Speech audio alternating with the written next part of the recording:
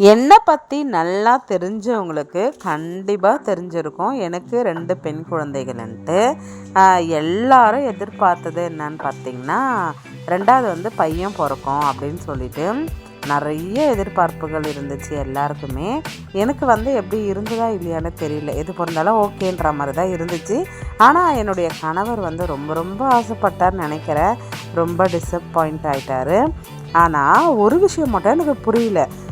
என் குழந்த பிறந்துட்டு ஆப்ரேஷன் தேட்டர்லேருந்து வெளில என்னை கூட்டின்னு வராங்க. அப்போ எங்கள் அம்மா வந்து எனக்கு நெத்தியில் சிலுவை போட்டு, ஒன்றும் கவலைப்படக்கூடாது பாப்பமா, பெரிய பொண்ணு அப்படியே உண்ணா மாதிரி அப்படியே உங்கள் வீட்டுக்கார உச்சின்னு வந்துக்குது, உன் சின்ன பொண்ணு அம்மா மாதிரி ஒன்று அப்பா மாதிரி ஒன்று, இதுதான் சாமி உனக்கு கொடுத்த வாழ்க்கை அப்படின்னு எங்கள் அம்மா அப்படியே சொன்னாங்க.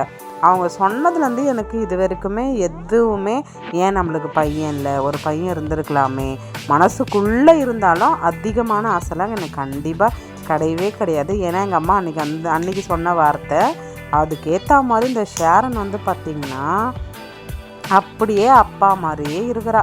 அவளுடைய சாயல், குணாதிசயங்கள், அவருக்கு என்ன ஸ்நாக்ஸ் பிடிக்குமோ அது அவளுக்கும் பிடிக்கும். அவர் என்ன பண்ணுவாரோ அதை தான் அவளும் பண்ணுவாள். அதை நான் பார்க்கும் போதே என்னால் மட்டும்தான் உணர முடியும். அதுக்கப்புறம் வந்து பார்த்திங்கன்னா நான் நினச்சேன், நம்ம வீட்டில் மட்டும்தான் இது மாதிரி 2 குழந்தைங்க வந்து அது நிறைய பேர் கேட்பாங்க, அப்படியே அவங்க அப்பா உரிச்சுன்னு வந்தது பற்றியா அப்படி சொல்லுவாங்க. அப்போ தான் ரொம்ப காண்டாகும், என்னடா இது ஆமாம் இல்லை அப்படின்ட்டானா.